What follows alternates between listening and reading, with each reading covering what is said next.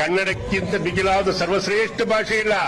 ಯಾಕೆ ಅಂತ ಕೇಳಿ, ಜಗತ್ತಿನ 3 ಸರ್ವಶ್ರೇಷ್ಠ ಭಾಷೆಗಳಲ್ಲಿ ಕನ್ನಡ ಒಂದು.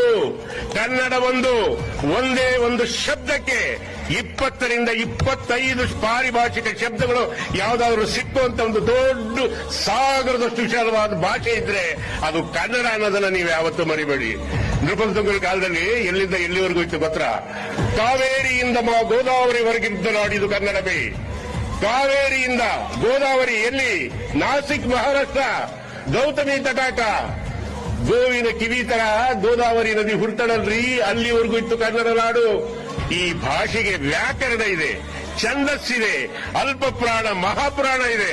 ಅದಕ್ಕೆ ವಿನೋಬಾ ಭಾವೆಯವರು ಒಂದು ಮಾತು ಹೇಳ್ತಾರೆ, ಲಿಪಿಗಳ ರಾಣಿ ಯಾವ್ದಾದ್ರೂ ಇದ್ರೆ ಅದು ಕನ್ನಡ ಅನ್ನೋ ಮಾತನ್ನ ಹೇಳ್ತಾರೆ.